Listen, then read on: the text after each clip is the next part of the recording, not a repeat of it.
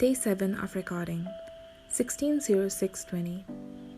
So recently, due to various incidents, or particularly one big incident, the topic mental health has come up as one of the most trending list of 2020.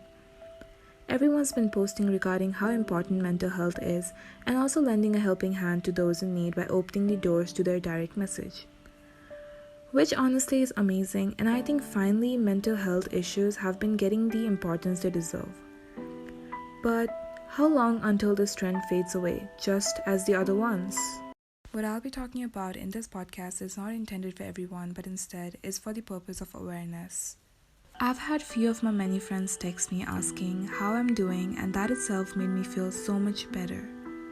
It is great to see that people still do care and have noticed what I've been through and what I've been going through.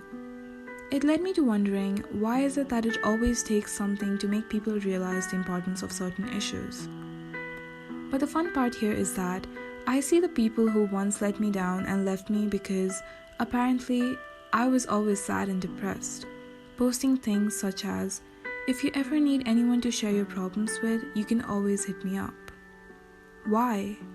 Haven't you given enough disappointments to those who reached out to you before? But, well, it's not my place to judge anyone based on the past experiences.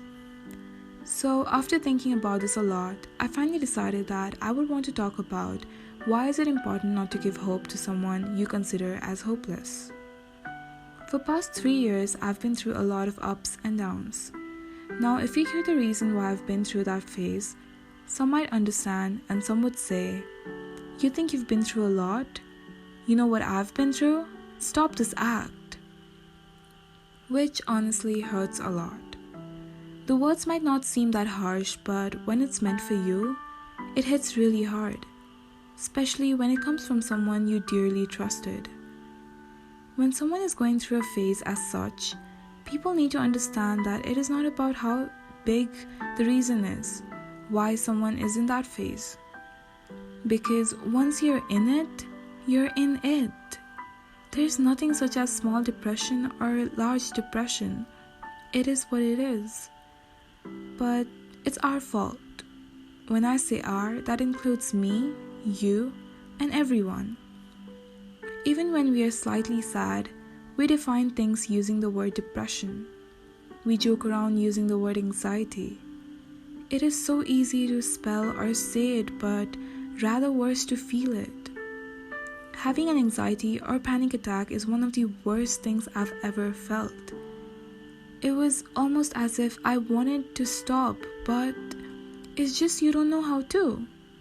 And you feel so helpless, so worried, so scared, and you don't even know how or who to say it to, how to explain things. At least it was like that for me. It could be different for different people, but the fear haunting is same. In those past 3 years, I was let down so many times, not just by my friends, but also by my family. I always wonder if it was my fault, and was I not able to explain things properly? Is that why they were tired and disappointed by me? I lost so many people within the span of 3 years that I had no idea how to get close to people, and still I'm struggling with it. Even now, those few new people who I've met, who know few things, and the ones who listen to my podcast get surprised because I've learned so well to put up a happy face, always happy and cheerful. But it sucks. It sucks not to be able to explain or share sometimes, because I fear, what if they let me down too? Or in simple words, leave. Like, can you imagine your one action could lead to such a great impact on someone's perspective over life? Your one word could have such a great impact on someone.